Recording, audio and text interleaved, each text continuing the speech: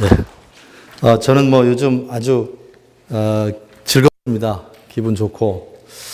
대종사님께서 어떤 제자가 처처불상 사사불공의 대의가 행해지는 용화해상에 언제쯤 오겠습니까? 라고 하니까 차차 되어지고 있나니라 이렇게 말씀을 하셨는데 정말 뭔가 되어가는 느낌이 좀 있습니다. 그리고 최근에 미래를 바라볼 때 유토피아다, 디스토피아다 이런 얘기 하지만 또 새로운 용어로 이제 프로토피아. 그러니까 그 과정 자체가 중요하다. 과정 자체가 낙원이지 낙원이라는 어떤 특별한 어떤 시점, 기점이 있는 게 아니다. 그래서 이제 대종사님의 차차 되어지고 있다는 말씀이 저한테 굉장히 크게 오는 요 즈음이고요. 제가 원불교의 개성이 무엇이냐 이런 질문을 던지셨는데 제가 이제 가지고 온 제 나름의 공부한 대답은 이겁니다. 세 가지 키워드를 좀 정리해 봤고요. 개벽과 겸전과 일상 이 세 가지에 대해서 좀 말씀을 드려보려고 합니다. 4차 산업혁명에 대해서 상당히 논란이 많습니다. 사실 마케팅적인 용어다. 그냥 장사 속으로 누군가 이렇게 꾸며대는. 근데 아마 제가 느끼기에는 전 세계에서 4차 산업혁명을 가장 적극적으로, 열정적으로 추진하는 나라는 바로 한국인 것 같습니다. 4차 산업혁명위원회를 만들어가지고 지금 아주 난리가 아닙니다. 근데 얼마 전에 중국, 일본을 제가 교토하고 북경상해를 일주일 동안에 돌아왔는데 4차 산업혁명이라는 용어 자체를 몰라요.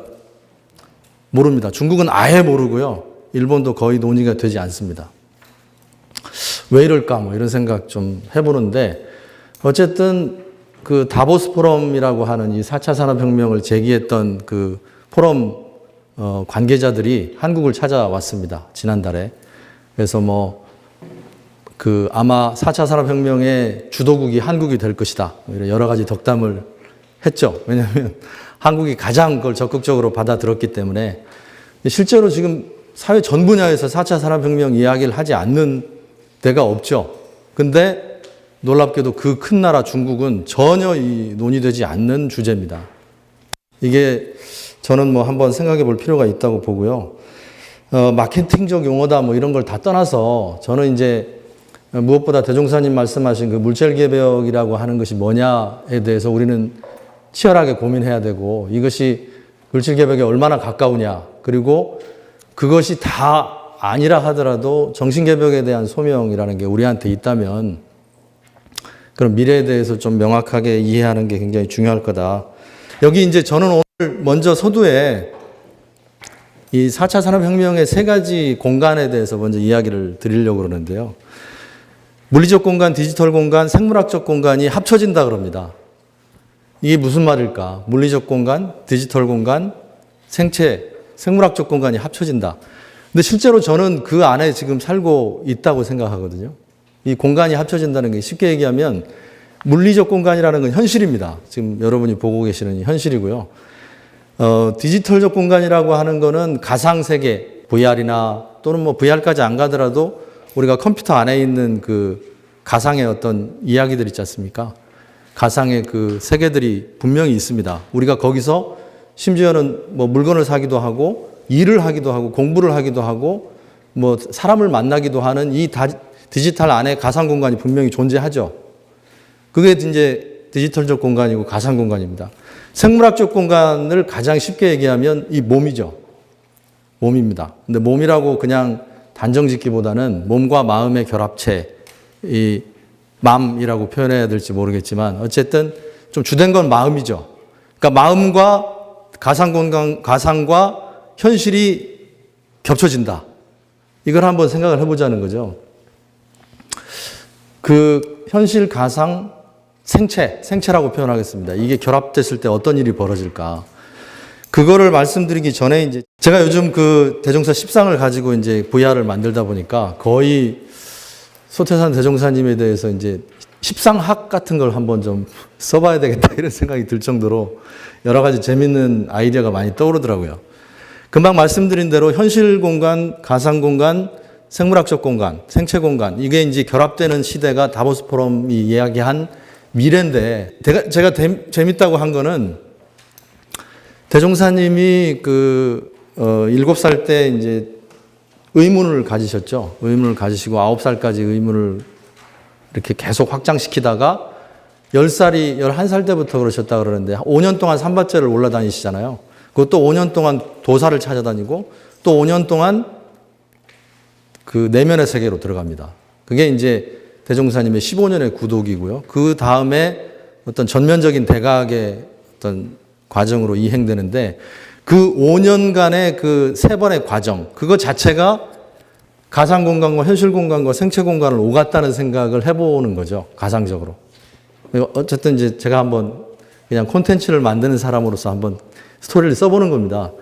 가상공간이라는 게 사실 우리가 디지털 공간이라고 제안하면 굉장히 좀 딱딱한 느낌이 들지만 인류가 예전부터 그 사피엔스에서 유발 하라리가 사피엔스라는 종이 뭐 네안데르탈인이라든가 이런 주변의 호모들보다 굉장히 열악했음에도 불구하고 이게 지금 유일하게 남은 종이 될 수 있었던 근거로 첫 번째 꼽는 게 뒷담화거든요. 뒷담화를 잘 까서 지금 유일하게 살아남았다. 그게 왜 정말 저는 그 놀라운 통찰이라고 봤어요. 그 처음에는 되게 황당했는데, 그러니까 원숭이가 한 50마리 정도 있으면 그 50마리를 넘어가면 원숭이는 조직이 깨진다 그러더라고요. 근데 인간이 이렇게 무한 확장할 수 있었던 거는 뒷담화를 잘 까서, 그러니까 쟤는 좀 이상한 것 같아. 그러면 조직에서 이렇게 빼고, 쟤는 좀 옛날에는 이상했는데 지금 괜찮은 것 같아. 받아주자. 그러니까 조직이 이렇게 확장되는 거죠. 그리고 이제 그래 봐야 아마 한 1000명 정도 뭐 이제 맥시멈 그 정도 됐다면 그게 이제 무한 확장하는 게 그 하라리가 얘기한 건 허구입니다. 허구. 그러니까 저기 어디 뭐 어떤 분이 살고 계신다라든지 아니면 뭐 어떤 업체, 기업도 다 마찬가지고요. 인텔이라는 기업 예를 들면 그런 게 다 허구라는 거죠. 이야기라는 겁니다. 근데 이제 저는 뭐 그게 진위를 떠나서 이 디지털 공간이라고 하는 영역을 우리가 그동안 인류 역사 속에서 숱하게 만들어왔던 어떤 이야기들 있지 않습니까? 이야기, 스토리들. 그 모든 스토리들이 다 가상공간의 어떤 일어나는 일들이라는 거죠. 그리고 우리가 꾸는 꿈, 우리가 생각하는 미래, 과거, 이런 것들이 다 가상공간에서 일어나는 일들이라는 겁니다. 소태산께서는 어렸을 때 이 의문을 풀기 위해서 가장 먼저 가상공간을 헤매고 돌아다닌 거죠. 그러니까 산신령을 만나려고 그냥 그렇게 굉장히 치밀하신 분이거든요. 근데 그냥 5년을 기도만 하진 않았을 거예요. 도대체 이 거대한 이 가상의 공간이라고 하는데 도대체 뭐가 있느냐. 산신령이라고 하는 이 존재가 도대체 어떤 존재냐, 본질적으로.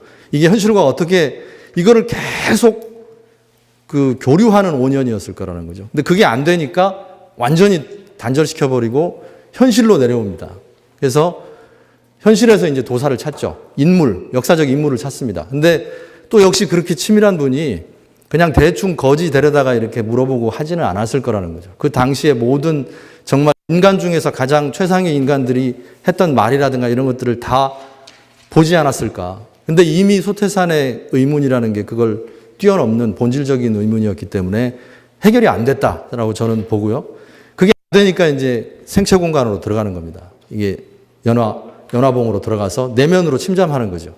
그래서 이 생체 공간으로 들어갔을 때는 가상과 현실과 생체가 결합되는 어떤 체험을 그 안에서 하지 않았을까. 또 하나의 어떤 모티브는 현실을 가장 잘 다룬 게 유가라고 생각이 되고요. 도가라고 하는 종교는 사실은 그 통천, 그러니까 하늘과 통하는 게 가장 중요한 이슈입니다. 그래서 가상을 항상 이렇게 끼고 살아요, 도가는. 불교는요, 내면으로 들어가는 종교지 않습니까? 근데 이 대종사님이 어쨌든 그 가상과 현실과 생체를 누비면서 그 유불도의 어떤 그 정수와 만났을 수 있다. 뭐 이렇게 가정을 한번 해보고, 왜냐하면 그 대각이라고 하는 그 대각 일성 자체가 이거를 포괄하는, 그러니까 소위 4차 산업혁명이 제시하는 어떤 그런 그 지점에서 뭔가 대각이라고 하는 사건이 터졌을 수 있다. 이렇게 이제 뭐 재밌는 제가 한번 그냥 아이디어 차원에서 생각을 해본 거고요. 요즘 이제 AI 시대라고 미래를 이야기합니다. Artificial Intelligence라고 인공지능이라고 얘기하는데 이 인공지능이라는 이야기 못지않게 많이 나오고 있는 게 IA라는 용어예요. 상대적으로 많이 그 이야기 되진 않지만 인텔리전스 오규먼티드라고 그럽니다. 인간 증강이라는 거죠. 인간 증강이라는 거는 예를 들면 AI라는 게 뭘까요? AI라는 게 보통 사람들이 로봇을 AI라고 먼저 떠올릴 것 같아요. 근데 지금 이야기되는 바로는요. AI는 로봇같이 이렇게 딱 정형화된 물질이 아닙니다. AI는 지금 여기 흐르고 있는 데이터들의 연결체, 유기적 데이터를 AI라고 이야기할 수 있어요.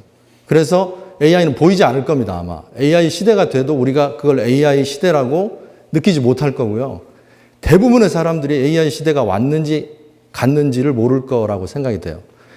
근데 이제 오히려 이 AI가 더 고도화되는 과정에서 IA라고 하는 이 이슈가 좀 더 부각이 됩니다. 이거는 인간 증강인데요. 인간 자체를 증강시키는 거죠. 예를 들면 신체를 증강시킨다. 어떤 악력이라든지 힘이라든지 아니면 그 감각을 증강시킨다.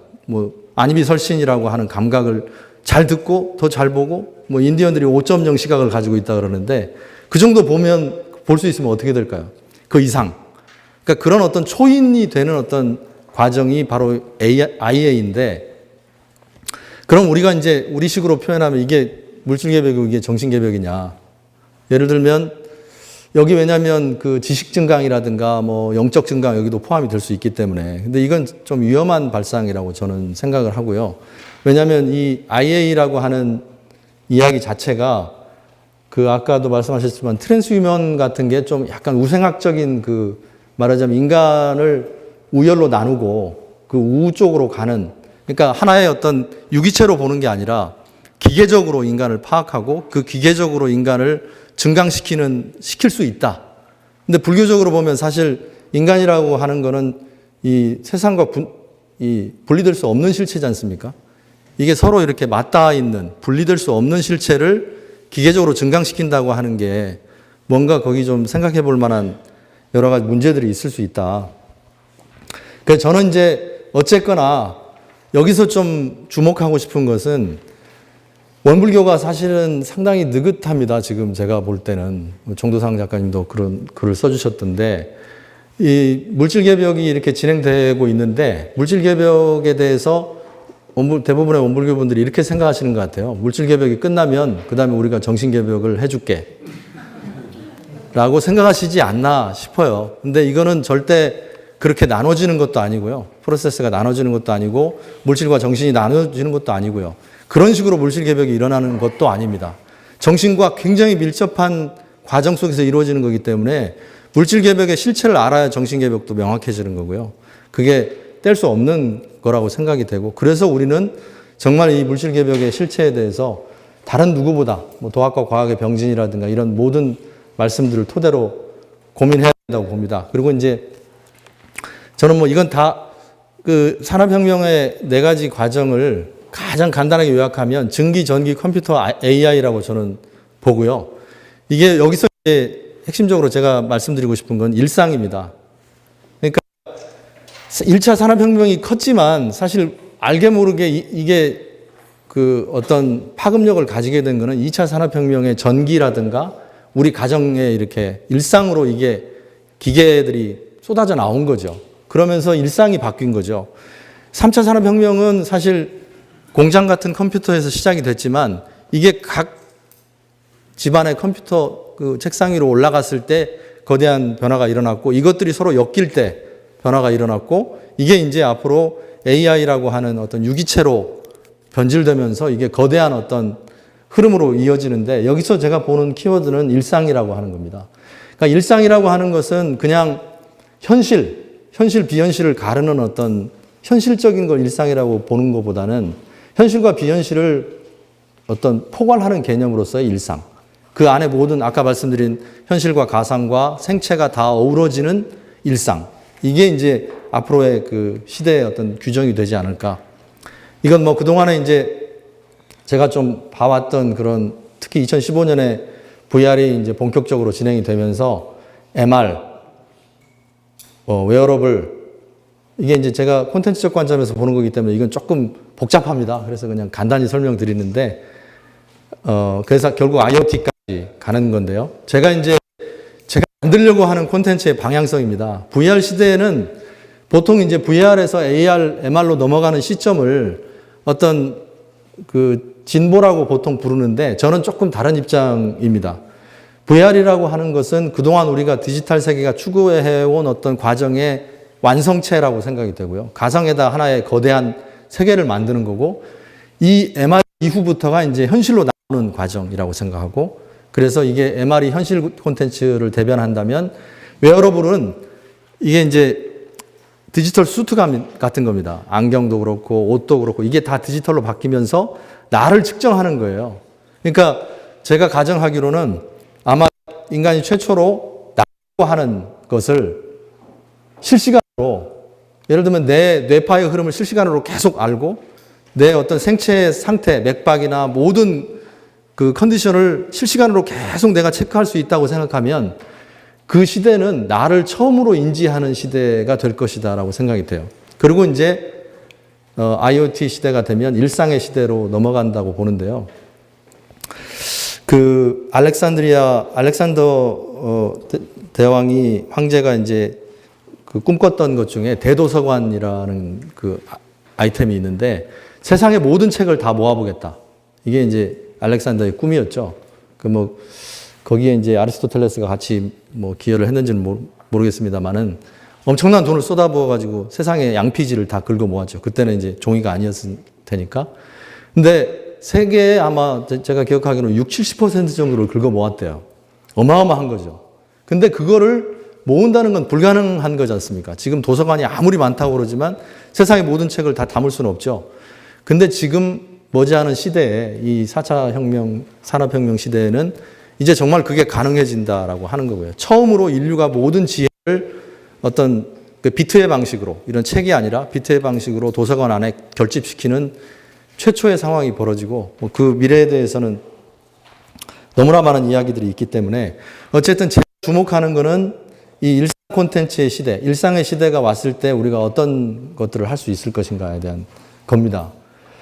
그 다음 주제는 이제 그 원불교에 대한 이야기고, 아까 그 말씀하셨던 원불교적 개념이 뭐냐, 제가 가장 고민하는 부분이기도 한데, 제가 이제 관심 가지는 거는 이 9가지의 대종사님이 교전에 말씀하신 이걸 이제 융합의 어떤 아이콘, 융합의 아이템이라고 이야기할까요?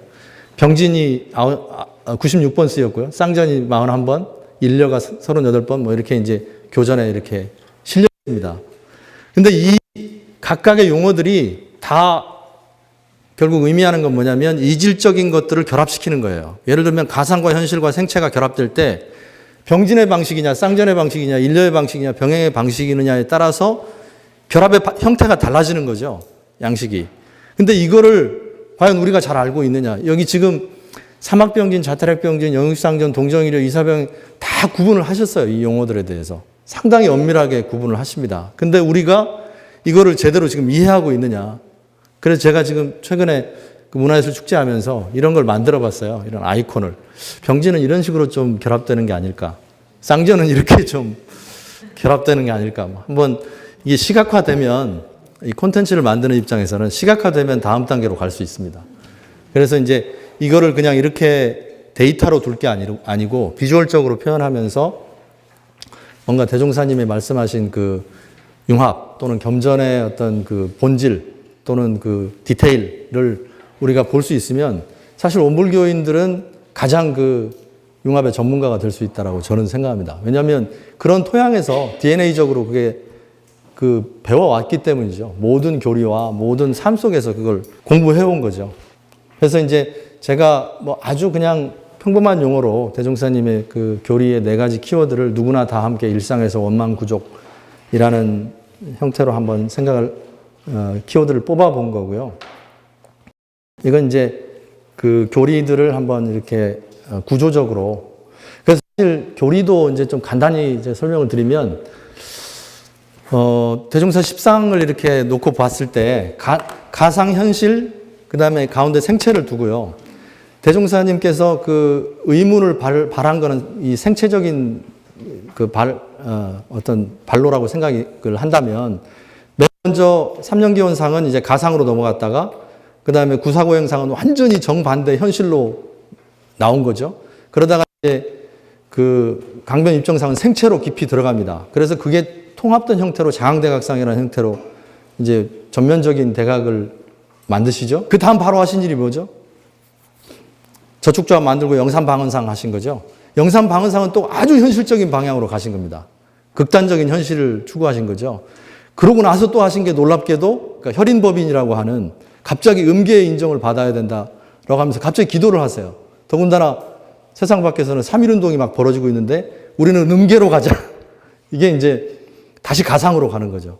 그러고 그 다음에 이제 그 현실과 가상의 어떤 결합 과정에서 또 음계 인증을 받으시고 그거의 결정체로서의 교리, 복례제법이라고 하는 완성체를 만들고 그걸 현실 안에서 다시 신룡전법이라고 하는 그 어떤 공동체적 예술의 흐름을 만들어내고 그게 개미열반이라고 하는 뭐 또 가상의 세계라고 볼 수 있는데 이게 어떤 하나의 맥락이 상당히 재미있게 이렇게 볼 수도 있는데 그런 교리 구조 자체가 여기 말씀드리듯이 제가 이제 그냥 한번 정리해 본 겁니다만 수행편도 보면 수행편 전체를 봐도 마음 공부의 강령부터 마음 공부의 결과까지 그 다음에 그 사이에 정기훈련과 상시훈련의 방법 그 다음에 그 구체적인 어떤 흐름들 이것들이 너무나 일목요연하게 이렇게 융합적으로 또는 겸전적으로 디테일하게 표현이 돼 있다 이런 생각을 하고 있는 거고요. 모든 교리가 진단과 회복, 암과 실천 또 교리 안에서도 또 그런 구조를 다 가지고 있고 보시면 4대 강령의 정각정행, 지음보험, 불법활용, 무아봉공 다 암과 실천의 구조입니다. 알고 나서 실천하자. 알고 나서 실천하자. 그리고 나와 사회 그 다음에 이런 모든 구조 안에서 일상과 비일상, 현실과 가상 이런 어떤 맥락을 가지고 펼쳐지는 게 아닌가. 그래서 이제 이번에 그 문화예술 축제에서도 개벽과 겸전이라고 하는 키워드가 있었지만 이건 이제 전에 제가 좀 정리해 본 건데 000 제가 그 예전에 프랑스 가서 한번 예술 축제에서 이걸 발표를 했는데 유일하게 한글만 그러니까 중국어로도 좀 달라요. 이 000이라는 게 발음이 똑같지 않습니까? 근데 중국어로는 콩이고 꽁이고 꽁이고 그래요. 약간 발음이 다릅니다. 근데 이 세 가지의 000이라고 하는 이 결국 비어있기 때문에 전체가 되고 그 전체이기 때문에 다시 함께 한다라고 하는 이 흐름이 원불교 사상 안에서 상당히 잘 녹아있다라고 하는 생각을 하면서 이걸 이야기를 했더니 어떤 프랑스 사람이 아시아계 사람이 이걸 논문으로 좀 쓰고 싶다 그래가지고 뭐 어쨌든 이거를 좀 제가 브랜드로 좀 만들어 볼까 하고 생각을 하고 있습니다. 그리고 이제 지금 한 3가지 정도의 아이템을 지금 만들고 또 여러 가지 추진하고 있는데요. 이 옆에 방에 가시면 이제 VR 개벽 체험관이라고 해서 제가 이제 주변에 뭐 만화, 뭐 애니메이션 뭐 이런 하는 사람들이 많기 때문에 이제 그 친구들하고 같이 좀 제작을 하고 있는데 대종사 10상을 VR로 만들고 있습니다. 그래서 이제 지금은 파일럿으로 일단은 관천기의상을 만들었어요. 그래서 관천기의상을 뭐 영산 전체를 좀 이따 가보시면 이제 보시겠지만 영산 전체를 다 모델링을 했고요. 영산 전체에 그 대종사님이 1상에서 7상까지 어떻게 흐름을 가졌는가 지도를 입체로 이렇게 보실 수 있고 그 안에서 이제 이 디오라마로 이제 관천기의상 이걸 인형으로 만들었습니다. 그래서 나중에 이제 3D로 출력할 수도 있는데 문화상품 공모전에 한번 내볼까 싶은 생각도 있습니다만 어쨌든 이거를 이제 만들어서 사실 이게 원불교의 뭐 홍보를 하고 싶다 이런 취지는 아닙니다. 사실은 여기서는 이 소태산의 소태산의 의도가 무엇이었는지를 명확하게 알았으면 좋겠다는 거고요. 소태산이 어떻게 가상과 그 5년 동안 교류했는가, 그 다음에 현실에서 어떤 치열한 그 교류를 했는가, 가상과 현실이 묶이고 가상현실 생체가 만난다는 것은 무엇인가 하는 어떤 현실적인 문제를 이렇게 좀 10상이라고 하는 테마를 이용해서 좀 풀어보자라고 하는 취지인 거고요. 그러니까 완전 일반 대상으로 만들고 있는 겁니다. 그래서 이제 제가 지금 뭐 일들을 좀 많이 벌렸는데 그 AI 시대 원불교적 밈 찾기라고 하는 프로그램을 만들어서 지금 이제 일산교당에서 그 청년들을 모아가지고 좀 하고 있는데 이거의 기본적인 그 취지는요. 그러니까 저는 원불교라고 하는 종교가 세 가지 특성이 있다고 생각을 했어요. 하나는 종교 본연적인 특성이 있을 거고요. 또 하나는 탈종교적인 특성이 있습니다. 대종사님이 대각을 하고 나서 바로 하신 일이 저축조합이었는데 저축조합이라는 게 그 협동조합이라는 개념이 한국에서는 가장 빨랐다고 하더라고요. 그런 생활운동 자체가. 세계적으로도 아마 굉장히 그 선구적인 그 어떤 움직임이었는데 이런 어떤 그 흐름 자체가 보여주는 게 뭐냐면 탈종교적 흐름이거든요. 그러니까 종교 본연적인 흐름과 탈종교적 흐름과 또 하나 중요한 게 통종교적인 흐름을 가지고 있죠. 그러니까 종교를 다 포괄하는 어떤 그 세 가지 관점 중에서 이거는 이제 탈종교적 관점으로 접근하는 겁니다. 그러니까 종교색을 빼보자 한번 원불교에서. 그리고 원불교가 제가 이 모인 친구들한테 얘기한 거는 이건 완전 비교화 플랫폼이다. 교화하지 않겠다. 끝나고 나서도 이제 끝났으니까 한번 법회 만들어 볼까 하지 않겠다. 라고 얘기하고 시작한 게 이제 이 밈찾기 프로그램이고요. 이거는 이 트랙 자체가 의미가 있다고 생각을 했기 때문이고 이 기획을 가지고 역시 이제 아주 종교적인 종교 본연 원불교적인 어떤 기획도 가능하고 또 통종교적인 기획도 가능하다고 생각을 합니다. 그래서 이제 지금은 우선 소박하게 이제 비종교적인 또는 비교화적인 플랫폼 형태로 지금 실험을 하고 있는 거고요. 제가 작년에 중국에서 1년 동안 연구년을 보냈는데 중국에서도 역시 이런 흐름입니다. 정신문명과 물질문명이라고 하는 중국에서 돈을 받았기 때문에 정신문명의 흐름은 이제 작년에 공자를 만들었고요. 그 다음에 이제 금년에는 중국 쪽에서 주로 이건 담당을 하고 제가 이제 어느 정도 그 약간 지도 개념으로 들어가는데 유도불 순서로 갑니다. 유도불 순서로 중국의 어떤 정신문명을 다루고, 한국 팀은 이제 호모사피엔스의 그 신석기 혁명을 말하자면 농업혁명으로 이행하는 그 거대 동물이 멸종하는 그 호모사피엔스의 그레이트 저니를 다루는 그런 걸 만들었고, 금년에는 이제 2047년을 배경으로 해서 인류의 미래를 좀 VR로 만들고 있고, 그 12월 달에 완성이 될 겁니다.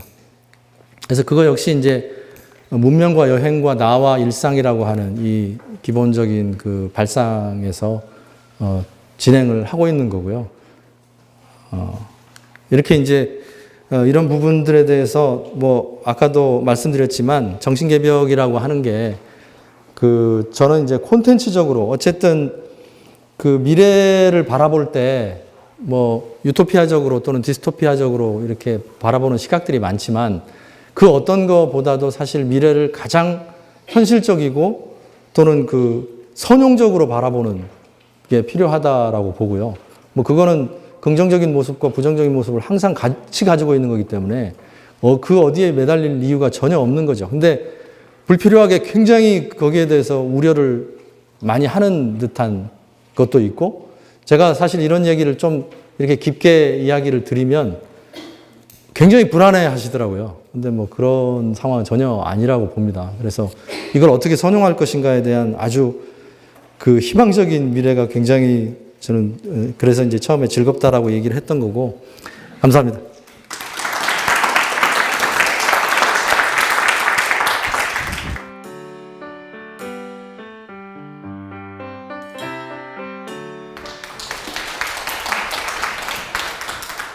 예, 저는 대표로 발표를 맡게 된 조성환이라고 합니다. 목차라고 해야 될까요? 그 흐름을 잡아봤습니다. 그러니까 원불교의 핵심 개벽과 그다음에 아까 이론의 진리 얘기 많이 나왔는데요. 그걸 이제 디자인적으로 인문학적인 디자인적으로 해석을 해보면 어떻게 될까, 이제 그런 겁니다. 그래서 처음에 개벽과 디자인에 관해서 이제 연결을 시켜야 되는데, 저희가 주장하고 싶은 거는 개벽은 디자인이다. 그럼 그때 디자인이 뭐고 개벽이 뭐냐? 보통 우리가 생각하고 있는 것과 좀 다를 수가 있겠죠.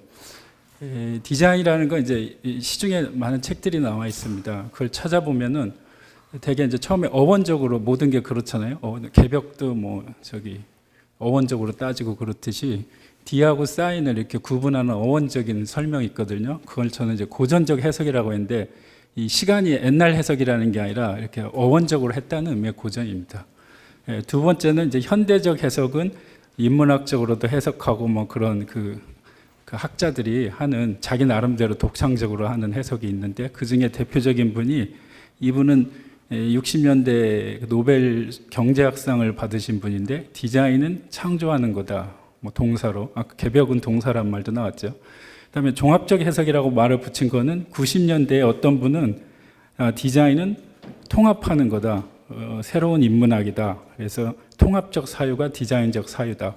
이런 말을 하셨는데 종합이라고 붙인 건 이 두 개를 좀 종합한 느낌이 들어서 제가 그냥 종합적 해석이라고 해본 겁니다.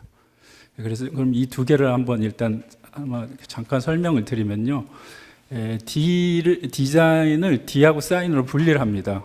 설명을 들어보면. 그래서 사인을 D하는 것이 디자인이다. D는 보통 우리가 박탈, 디파트 하면 출발하다, 박탈도 있지만 여기서는 강화시키다는 뜻이고 사인은 아시다시피 기호인데 그 기호에는 의미가 담겨 있기 때문에 의미를 부여하는 게 디자인이라는 게 되게 정통적인 해석이고요. 그래서 저는 그냥 인터프리트구나, 해석이구나 이렇게 이해를 하시면 됩니다. 디자인이라는 거. 그래서 해석하다.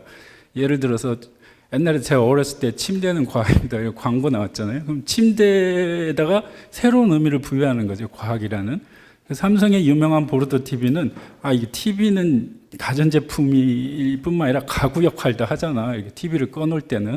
그래서 와인 형식의 이제 TV를 만들었습니다. 그때는 TV에다가 가구라는 새로운 의미를 또 부여한 거겠죠. 이게 다 디자인이라는 겁니다.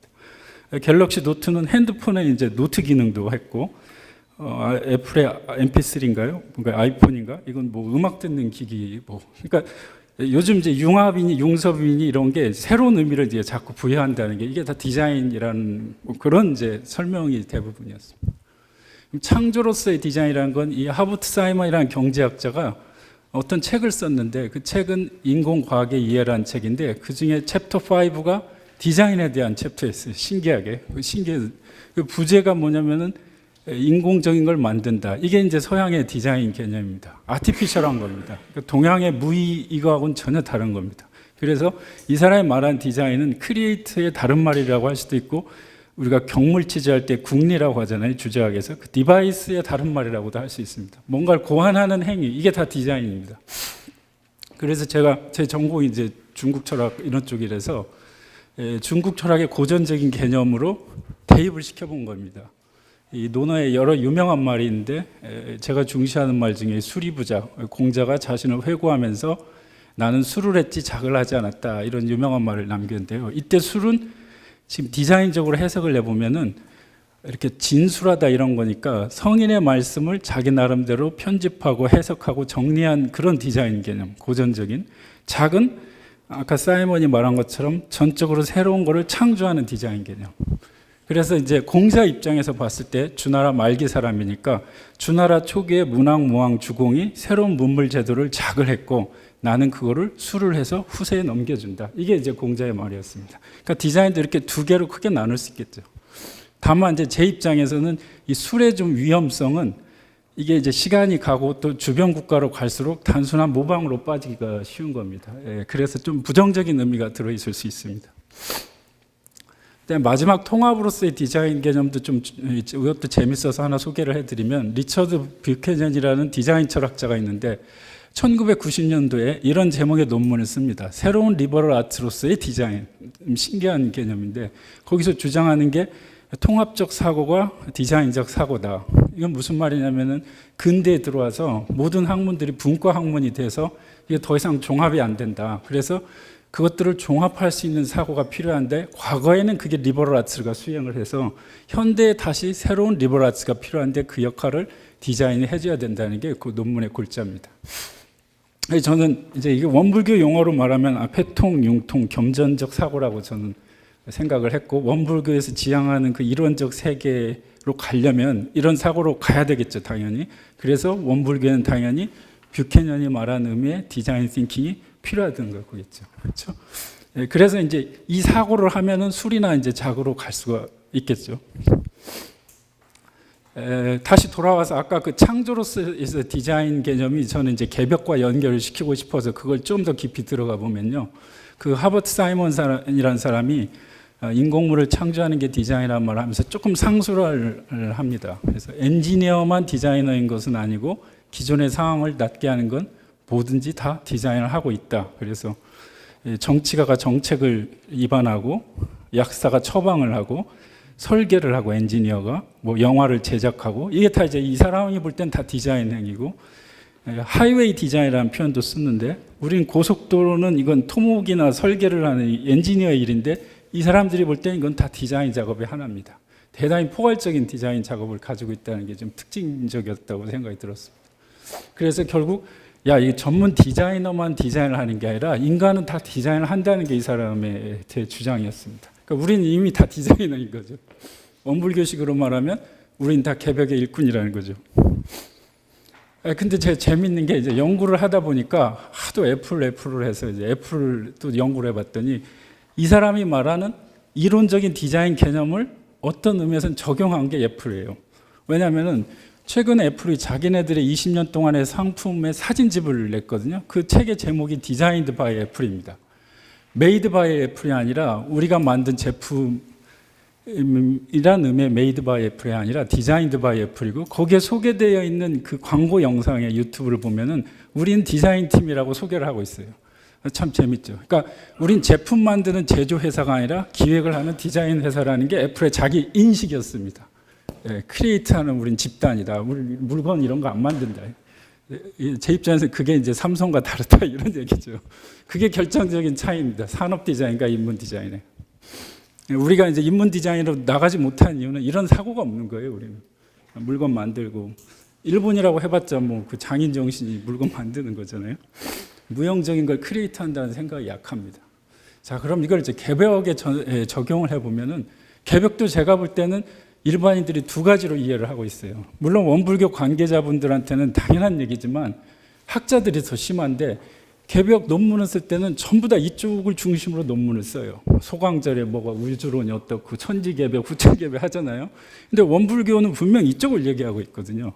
그렇죠? 정신을 개벽하자지 천지가 한번 열렸다는 자동사가 아니라 계속 열어가자는 아까 동사 얘기도 나왔고 그래서 인문학적인 개벽이고 동학의 대표적인 연구자인 표영산 교수 선생님은 삶의 틀을 바꾸는 게 개벽이다 이런 거죠.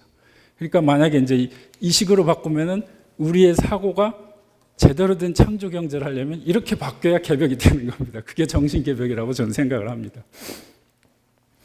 근데 재밌는 거는 이제 원불교 당연히 개벽을 얘기했지만 그 앞에 개벽을 얘기한 팀이라고 할까요? 한 4개쯤 있잖아요. 이른바 그 4대 민족 종교인데 그걸 개벽파라고도 부를 수 있다고 생각을 합니다.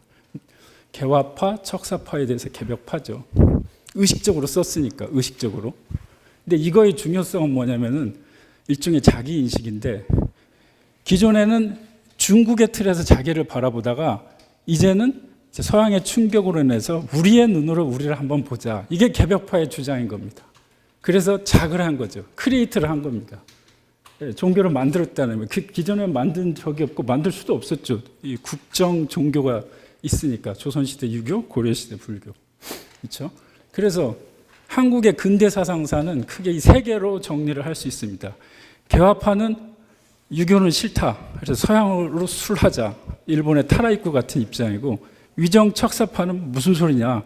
유교를 버릴 수가 있느냐. 그래서 중국을 계속 술하자는 입장인데 개벽파는 동학에서 원불교까지 이런 개벽파는 우리가 스스로 크리에이트를 하겠다. 이런 입장인 겁니다. 같은 뭐 이것도 디자인이라고 할 수 있지만 전혀 이건 질적으로 저는 다르다고 생각하고 유병덕 교수님은 창업, 창립, 창조라는 표현을 쓰시더라고요. 최근에 책을 읽어보니까 새로운 걸 만들었다는 데 저는 의미를 주어야 된다고 생각합니다. 근데 왜 제가 이 얘기를 하냐면은 기존의 그 학자들이 이렇게 안 봐요. 사상은 2개로 나누고 이쪽은 종교나 역사로 넣어버립니다. 독립운동을 했거나 신은 정확히 이건 사상으로 대접을 해줘야 되죠. 그렇죠? 이거는 중국 중심 역사, 이건 서양 중심이에요. 그래서 디자인으로 이걸 해석을 해보면 기존의 세상의 디자인은 전부 다 지식인이 했습니다. 성현 질서. 이른바 유학자들이 했잖아요. 개벽파의 주장은 무슨 소리냐. 하버트 사이먼이 우리는 모두 디자이너라고 했듯이 우리 대중들도 세상을 디자인할 수 있다는 주장입니다. 근대 출발이죠, 이게. 민주주의가. 그래서 군자가 했던 뭐 개화나 척사에서 서민들의 개벽으로 이제 내려오는 겁니다. 그래서 디자인이 대중화되고 이게 일종의 이제 근대적 디자인 개념이라고 할 수 있겠죠. 촛불혁명도 여기에서 나온 겁니다. 우리가 세상을 만들 수 있다. 더 이상 수동적인 객체가 아니다. 주체로 됐죠. 이제 여기까지가 개벽과 디자인이고 하나 더 들어가서 인문 디자인으로 들어가 봅시다. 인문 디자인이라는 개념은 산업 디자인에 대비해서 저희가 생각을 해낸 겁니다. 저기 저 원장님이 그 삼성의 디자이너로 20 몇 년간 이렇게 일을 해보시니까 이 문제가 많다는 거죠, 이게. 근데 원불교를 보니까 마음 공부하고 일기를 쓰더라. 이건 인문 디자인이다. 이게 우리의 골자입니다. 그래서 원불교의 프로그램이 필요하다는 거예요. 창조 경제를 하려면 이걸 가져다 써야 된다는 거예요. 다만 원불교는 이제 수양적인 데 초점을 맞췄는데 인문학적으로 조금 해석을 해서 갖다 쓰면 된다 이거죠.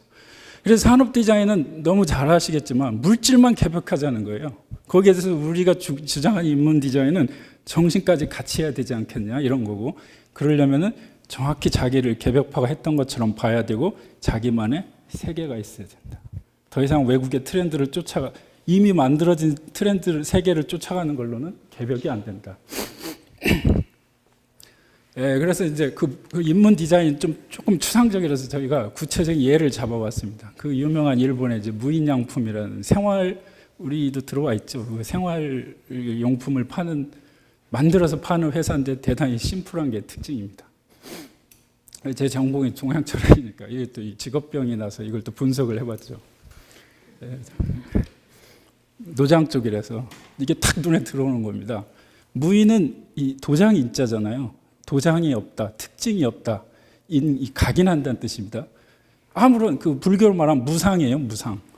양품은 좁은 제품인데 자기들은 이제 영어로 브랜드를 인이라고 하는데 우린 브랜드가 없다는 거예요. 대단한 역설입니다.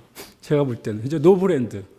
지금 이마트에서 노브랜드는 그냥 거품을 뺀 가격을 낮췄다는 거고, 여기는 불교적인 노브랜드고 노장적인 노브랜드. 우린 특징이 없다는 거예요.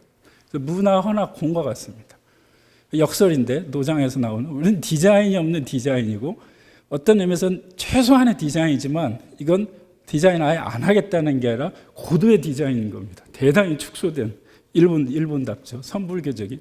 그런데 제가 왜 주목했느냐, 무인양품이 우리 기업과 다른 거는 무인이라는 자기 세계가 있는 거예요. 그거를 제품에 담은 겁니다. 우린 무인을 표방한다, 이런 자기 세계가. 그러니까 인문 디자인이라고 이제 쳐줄 수가 있는 거죠. 이게 이제 자기들의 그 브랜드를 이렇게 한 거거든요. 이 컵이 비어 있다 이거죠. 그래서 비어 있는 거 모든 걸 담을 수 있듯이 우린 이렇다 할 특징이 없으니까 모든 제품과 같이 어우러질 수도 있고 시간과 공간을 초월해서 어디에나 다 들어가서 쓸 수 있다 이겁니다. 그래서 무인양품의 전 회장이 쓴 책들을 보면은 자부심이 대단해요. 프랑스 사람들이 무인양품의 철학에 공감한다는 거예요. 선불교를 느낀다는 거고, 중국도 요즘 무인양품을 선호하는데 이제 중국도 언젠가 반소비를 지향하는 사회가 올 테니까 우리 같은 심플한 제품을 선호하는 이런 거거든요.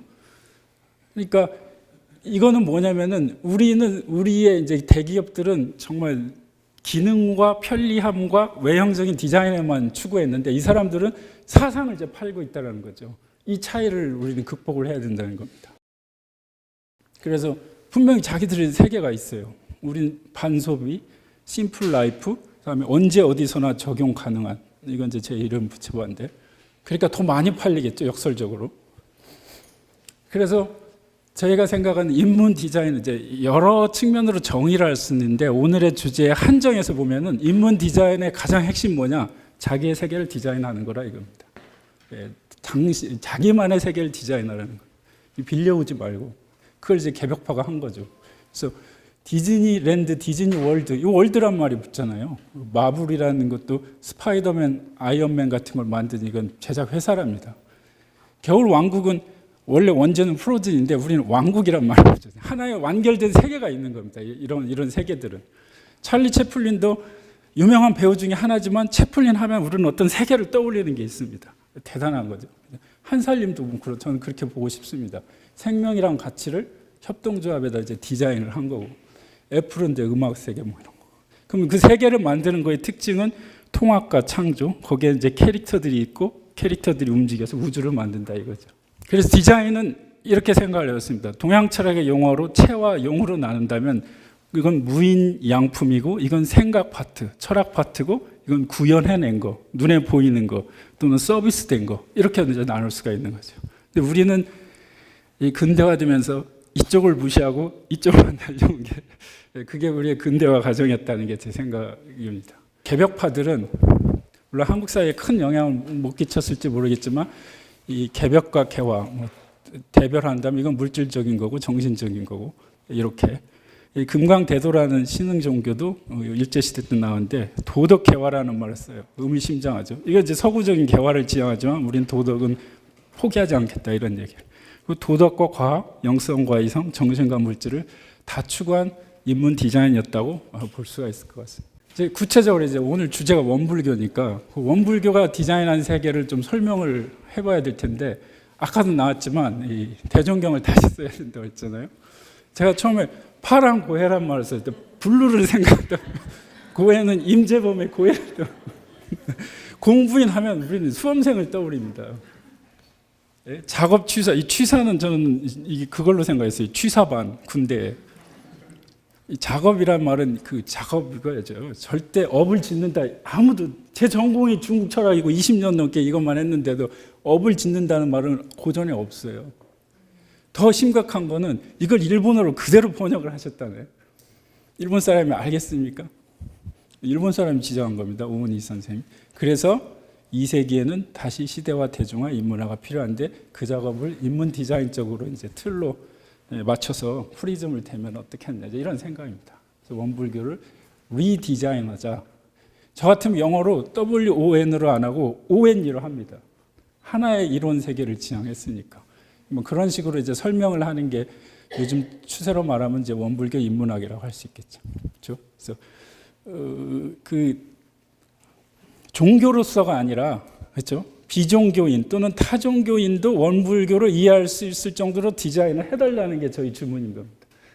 종교와 종교는 종교가 다르면 관심을 안 갖더라고요. 그래서 그보다 더 포괄적인 그 틀이 인문학이고 우리는 한국 사람이니까 한국학이고 디자인이라고 볼 수 있지 않겠냐 이런 겁니다. 그래서 제가 생각하는 게 이제 이런 거죠. 산업 디자이너 전혀 원불교가 뭔지도 모르는 사람한테 이걸 신세대들한테 작업 취사하면 나같이 생각을 외국인들한테 어떻게 설명을 해야 될 것인가 이런 겁니다.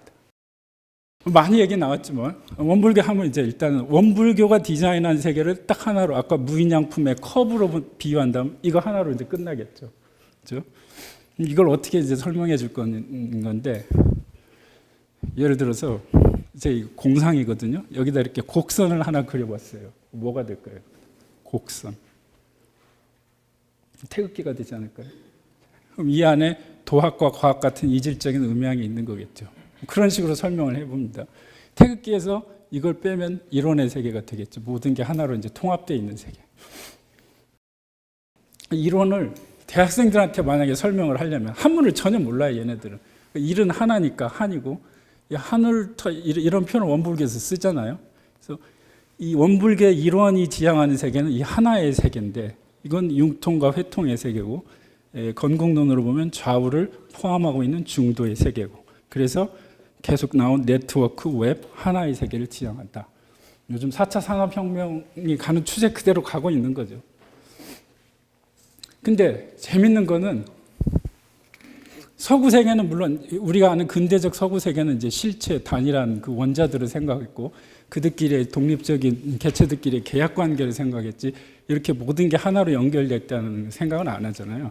근데 다른 유럽 이외의 다른 문화권은 다 이렇게 생각을 한 겁니다. 원불교의 이런 식으로. 이슬람의 타우이드라는 개념이나 아프리카의 우분투라는 개념은 모든 게 다 연결돼 있고 타자가 있어서 내가 있고 이게 다 화음식 사고를 하고 있다는 겁니다. 조금 더 아프리카를 한번 보면은요. 이분이 이제 일본의 아프리카 연구자의 전문가이신데 이분의 연구 성과를 참조해 보면은 아프리카 사람들의 세계관이 이렇다는데 제가 깜짝 놀랐어요. 왜냐하면 저도 암암 얘기로 편견 같은 게 있는데 그냥 화음의 세계예요. 아프리카인들이 지향하는. 이분이 주장하는 건 아프리카가 인종차별을 해체시킬 수 있었던 건 이런 세계관이었다는 거예요. 흑인이나 백인이나 결국 하나의 유기체적인 존재인데 그래가지고 그 인종차별을 이제 없앴다는 그런 얘기를 들려. 또 하나는 바로 이겁니다. 원리스. 우리가 유럽과 다른 것은 바로 이 지점입니다. 이론적인 세계관이다. 스티브 비코라는 유명한 사람입니다. 우리로 말하면 뭐 김지아나 최재욱 정도 될 그런 이제 혁명가 같은 사람 같은데 책 제목이 의미심장하죠. 난 내가 쓰고 싶은 걸 쓰겠다. 또 하나 마지막으로 데스몬드 투투라는 이분의 신은 크리스찬이 아니라는 책 제목도 의미심장한데 아프리카는 우분투라는 사상이 있는데 그거는 타인을 통해서 내가 완성이 된다는 사상이다. 그럼 원불교로 말하면 이게 은사상이 아니겠어요? 그렇죠? 동포은 뭐 그런 거겠죠. 그렇죠? 그러니까 데카르트식으로 나는 생각한다, 존재한다 이런 게 아닌 거예요. 타자가 있으니까 이제 내가 있다는 거죠. 전혀 다른 세계관인데 이게 사실 인도, 이슬람, 아프리카, 한국 이런 거 다 공통적이고 유럽만 좀 특수한 거였다는 겁니다. 여기서 알 수 있는 거. 그걸 제가 패러프레이즈를 해봤어요. 얘를 원불교의 종교관으로 패러프레이즈를 해보면 이런 거라는 거예요. 원불교는 타종교를 통해서 원불교가 된다. 그렇죠? 진정한 원광인이 되려면 타종교를 필요로 해야 된다. 이게 원불교의 회통적인 종교관이다. 거의 이제 마지막 그 얘기로 가면, 근데 이론이 이렇게 전통적인 특징만 있는 게 아니라 아까 4차 산업혁명 얘기 나왔는데요. 현대적인 특징도 있더라. 제가 이달 말에 또 이걸 발표를 해야 돼서 찾아봤더니 키워드는 2개였습니다. 공유와 연결. 물론 이건 이제 네트워크로 인터넷으로 연결된다는 거죠. 그래서 일본도 대단히 이 정부 차원에서 천문학적인 돈을 이렇게 투자하고 있는데 이분들은 인더스트리 4.0이라는 독일 개념을 쓰고 그다음에 커넥티드 인더스트리라는 모든 게 이제 연결되어 있다는 거고 다만 아쉬웠던 거는 역시 제조업 중심, 생산성 중심이라고 해야 되나? 물질 개벽 중심인 게 좀 아쉬웠습니다. 그럼 거기에 대해서 원불교는 정신 개벽도 동반돼야 된다고 하니까 저는 이 연결 공유된 세계, 월드라는 메시지를 낼 수 있지 않을까 원불교 입장에서. 이것만 가면 안 되고 이것도 따라가야 된다는 그런 같이 가야 된다는 그런 인문학적인 그런 줄 수가 있겠죠. 그러면 이제 구체적으로 그 이론이라는 세계관, 모든 게 하나로 연결됐다는 세계관을 어떻게 우리가 도달할 수 있을 것인가. 그걸 저는 원불교의 수양 프로그램이라고 본 겁니다. 마음 공부, 글쓰기, 회화하고 이런 거. 그 마음 공부, 글쓰기 이런 게 이제 중요했던 거는 이런 측면에서 저는 중요하게 본 거예요. 그 나의 그 어떤 수양적인 측면도 중요하지만 예를 들어서 그 유명한 스티브 잡스라는 사람은 매일 아침에 거울을 보면서 자기를 들여다본 겁니다. 그래서 내가 정말 하고 싶은 일이 뭐지? 이걸 봤다는 거예요. 그러면 우리가 글쓰기를 하면서 하루하루를 성찰할 수도 있지만 나를 들여다볼 수 있잖아요. 그러니까 그런 원불교의 프로그램을 이런 쪽으로 약간 좀 재해석을 해보면 대단히 중요한 우리가 뭐 이렇게 창조 경제를 하는 데 있어서 이런 식으로도 설명할 수 있는 겁니다. 그 유명한 왕양명이 주자를 비판하는 거는 외물을 쫓고 있다는 거예요. 그러니까 자기를 들여다보지 않고 맨날 수요자들이 뭘 조사하나, 그 사용자들이 뭘 좋아하나 이것만 보고 있다는 거예요. 자기가 하고 원하는 거를 만드는 게 이게 인문 디자인인데 그 외물만 그러니까 이거하고 똑같은 거죠. 왕양명은 바로 이 입장이었던 겁니다. 그렇죠? 그래서 저는 과감하게 우리 대한민국의 개벽과 창조를 가로막는 게 뭐냐 딱 2가지로 단어를 선택했어요. 외물을 쫓는다. 뭐 외국이라고 해도 좋고 유행을 그냥 쫓아 따라간다. 하나는 술만 한다. 뭐 자기가 창조를 하려고 하는 거. 그런 세계관에서 나로의 향벽소리에서 향화소리로 전환하지. 그 전환이 이루어지지 않는 이상은 개벽은 어렵다는 겁니다. 그런데 그런 프로그램을 원불교의 마음공부와 일기법이나 회화 이런 거는 가지고 있지 않냐는 게 제 생각입니다. 원불교는 자기 인식을 어떻게 했을까 이렇게 보다가 우연히 이런 문장을 보고 충격을 받았는데요. 그 불법 연구의 규약집에 들어있는 취지 설명이라니까 1920년대 이 문헌 같은데 대종사께서 쓰셨을지 모르는데 철저한 자기 비판이 이제 적나라하게 나오고 있습니다. 이 정도로 저는 이렇게 자기에 대해서 엄격한 비판하는 걸 본 적이 없는데요. 여기서 저는 원불교는 출발을 했다고 봅니다. 자기를 정확하게 보고 있는 거예요. 또 이런 표현도 하시더라고요. 마음 공부의 목적은 마음의 자유를 얻는 것이다. 대단히 중요합니다. 디자인에서. 디자인 싱킹의 핵심입니다. 어느 틀에 사로잡혀 있으면 전혀 거기 새로운 게 나올 수 없잖아요. 우리 마음 공부를 왜 해야 되느냐? 마음이 자유로워야 되니까. 예. 그래서 그 원불교 인문학이라고 했을 때 인문학의 본래 의미가 리버럴 아츠인데 아까 소태산 대종사께서 마음의 자유를 말했듯이 인문학의 그 리버럴은 자유로워지라는 겁니다. 예. 그래서 그 원불교 프로그램의 궁극적인 목적을 저는 자유로 본 거죠. 마음이 자유롭고 사고가 자유롭고 그래서 새로운 세계를 열어 나갈 수 있고 끊임없이 정체되지 않고 끊임없이 인문학은 마음의 자유를 얻기 위한 공부고 원불교의 그런 수양 프로그램도 이런 거로 해석을 할 수 있지 않냐는 게 제 생각이었습니다. 그렇죠? 그래서 제 주장은 이거죠. 아까 리처드 뷰캐넌이 새로운 인문학으로서의 디자인 개념을 냈듯이 새로운 인문학으로서 21세기 대한민국에 필요한 인문학으로서 원불교를 한번 제시를 해가지고 그런 프로그램이 원불교에 이미 안에 있다. 그걸 좀 이런 쪽으로 해석을 해보면은 되지 않겠느냐. 그리고 이걸 산업 현장에서도 쓸 수가 있겠죠. 자기를 들여다보고. 예, 마지막 주장입니다. 2세기 원불교의 과제를 한마디로 말하라고 하면 뭐라고 말할 거냐? 저는 해석의 개벽이라고 말하고 싶습니다. 유학이 2000년을 갈 수 있었던 건 끊임없는 새로운 해석의 역사였습니다. 다산 정약용이 이 주자를 비판하면서 당신은 왜 공자 맹자에 없는 불교 용어를 그렇게 끌어들이냐고 비판했거든요. 근데 주자가 그걸 끌어들여서 유학을 새롭게 해석해서 또 500년이 간 겁니다. 이 작업이 없으면은 원불교도 똑같이 신유학이 있듯이 새로운 원불교학이 나와야 되잖아요. 그거를 누가 해줄 것인가. 필요한 시기가 왔다는 게 제 생각이고 힌트를 얻으면은 지금 4차 산업혁명이 오는데 우리 인식론적으로는 인문학적으로는 4차 공유혁명도 같이 가야 되지 않겠느냐 이런 식으로 이제 원불교를 얼마든지 이론의 의미를 해석할 수 있다는 겁니다. 되게 제 얘기는 이 정도로 좀 마치도록 하겠습니다. 감사합니다.